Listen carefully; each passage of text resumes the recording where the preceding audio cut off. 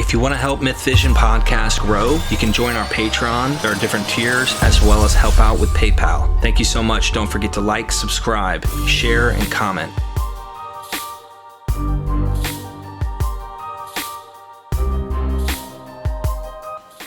Dr. Price, question from Dimitri. I believe this is an email. Great, thanks. I'll try to sort them as best I can, his questions. Now, this might go into a couple different questions, and I'll probably have to stop on a couple of these, and we'll make another clip on some of these. But it's verbose, but they're all related to each other, and I think they would make for interesting videos. What pagan influence exists in the Torah? And what exactly was redacted and edited as time went on? Could you give a description on the source material and origins of what is in those 5 books?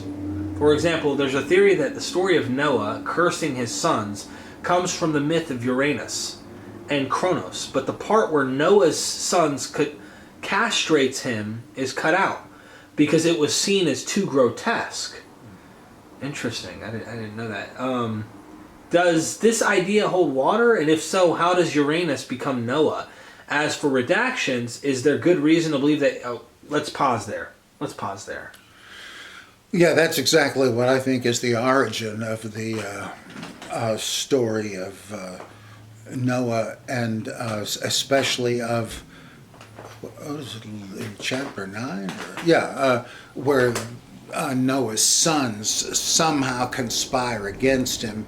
They're the Titans, the brothers Cronus, Coeus, Iapetus, and 1 or 2 others. And one way you can tell that is the names, some of the names are the same. Like Iapetus is the same as Japheth in Hebrew, one of the 3 sons. Shem is based on Baal Shamaim, the Lord of the heavens. And, let's see. Ham is based on Baal Hamon. And so it seems to me that is what's going on there, and that what they did was, though it's been toned down and then censored, was that they castrated Noah to usurp his position as head of the family, which is why the Titans castrated Kronos. They didn't kill him, but he couldn't be, let's say, the father of his country. It was the same image if he were castrated. Sort of like the Fisher King in the Arthurian legend. And so I have no doubt about that. Let's see. This is where the origins of people arguing, did he molest his dad? Did he see his dad naked? And there's all this dispute even to this day where rabbis will argue back and forth over what really happened in that tent with his dad.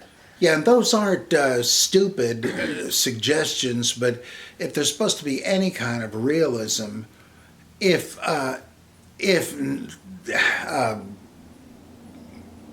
or Canaan, I mean, they've even taken 2 of the brothers and made one of them a father and one a son, but if the one who was at fault, Ham or Canaan, had actually gone off and raped Noah's wife, the uncovering of the nakedness of their father is an idiom in Leviticus for incest.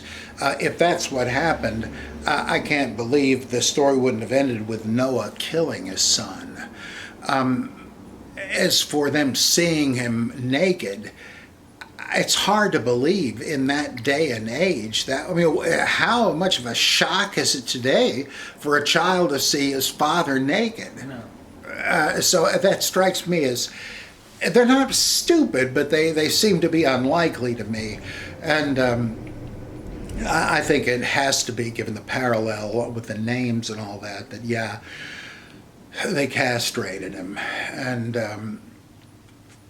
is there potential, and I'm throwing this out there before we move on because I'm sure you have more, is there potential with the castration of the father that now he can't have sex? So technically it's potentially true that he did take the mother and maybe continue to procreate. Who knows? I don't know. I'm throwing it out there as an option because makes me kind of wonder. Well, that's an interesting point I never thought of, because they all have kids. How? By whom? If Noah had, well, they did have wives on the. Yeah. Oh, well, that's probably. So it's more likely then. It's probably unlikely. Yeah, but you do run into problems with the pre-flood patriarchs who were culture heroes who originated shepherding and agriculture and nomadism and playing the flute, because the flood destroyed all of that. And so it says Noah was the first vintner. Well, not according to the, it doesn't say after the flood.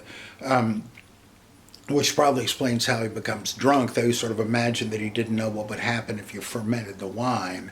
But I don't know, there's, but yeah, the whole thing is based on the common flood myth, of which there are many versions, not only in the Middle East and the Mediterranean, but all over the world, wherever you find. They're all located in cities that are on the coasts of rivers and stuff.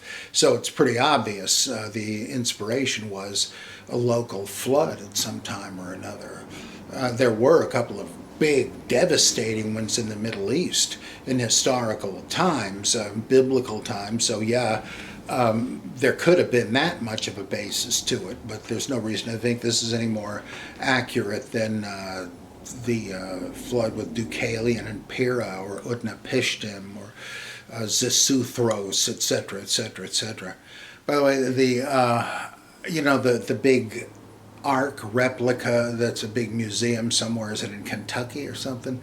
They fundamentalists built that to show how plausible it was, though it doesn't do that anymore, and they weren't getting much business, so their commercials for it now have a family of talking giraffes, with the teenagers asking the dad giraffe, who's reading a paper there in his easy chair, if they can go see the Ark. That it's so huge, and the dad says, "Oh, it can't be that big." "Oh yeah, let's go." And okay, and they go, and it's so big that the dad faints away, and the teenager says, "See, Dad, I told you, you gotta think bigger." In other words, you gotta stop thinking if this is what you think. I mean, they get away from the whole point of it. You wouldn't really know. It's just like a freak show, just a sideshow with a weird thing, like the headless woman from Borneo. And now they've added to it, so some other teenage smart-ass giraffe is saying, "Oh, dude, you gotta see this, you gotta try this." Try what? It's not even clear, but they're trying to, okay, if the Bible connection won't work, maybe we can suck in the rubes with this. It's just so tragic, this attempt to get people, of course most people do believe it, sadly, but... Wow. I never thought about that connection, though, with the castration of Kronos being connected to Noah. Makes sense. So there's a pagan parallel. Oh, yeah. Plus, Eve and the Prometheus myth. Eve is Pandora, obviously. And the snake, to bring him into it again, he plays the role of Prometheus. He didn't create the human race, but the one who did is being pretty stingy. And so Prometheus, who's actually, I think, Zeus's cousin, he's of the race of the Titans, the previous divine dynasty, he takes pity on him and said, "I gotta teach these poor critters how to warm themselves by the fire." So he steals it from the heavenly altar and brings it down there. They can now make fire, and Zeus is looking down and says, "What's that light I see down there?" He thinks how Prometheus has cheated him before. He says, "That son of a bitch." And he has him crucified against this boulder and so on. It's great, great stuff, but it's obvious where it comes from. Cain and Abel, it's just like Romulus and Remus and various other ones. later in the book of Judges, when Jephthah sacrifices his daughter to get victory over I think the Ammonites, it's just like when Agamemnon sacrifices Iphigenia in order to get Aphrodite to relent and allow the winds to fill the sails of the Greek fleet. And Hercules and Samson are very similar. Both sun gods have become demigods who are supermen. Both kill a lion to wear the mane because it's the sun's rays and all that. That's pretty much the same. And there's some reason to think that Hercules and Samson actually do go back to the same myths and aren't just, reinventing the wheel, though that could be too. The fruit in the garden that would bring immortality, but you just missed it. That's just like in Gilgamesh, where he goes to meet with the flood survivor Utnapishtim to find the secret of immortality, to resurrect his colleague and partner Enkidu. And he says, well, if you go to this lake and go to the bottom, you'll find a root growing up out of the bottom that will give eternal life. So he goes down, he finds it, but he wants to take a swim, so he puts it on the shore, goes down there, and by the time he comes back, a snake of all things has made away with it. So much for immortality. And on it goes. There's just loads of this, to the point where you don't know whether to say they borrowed this from the pagans or it's just the local version of a widespread myth. But one thing that is absurd to say is all the other ones are myths, but this one really happened.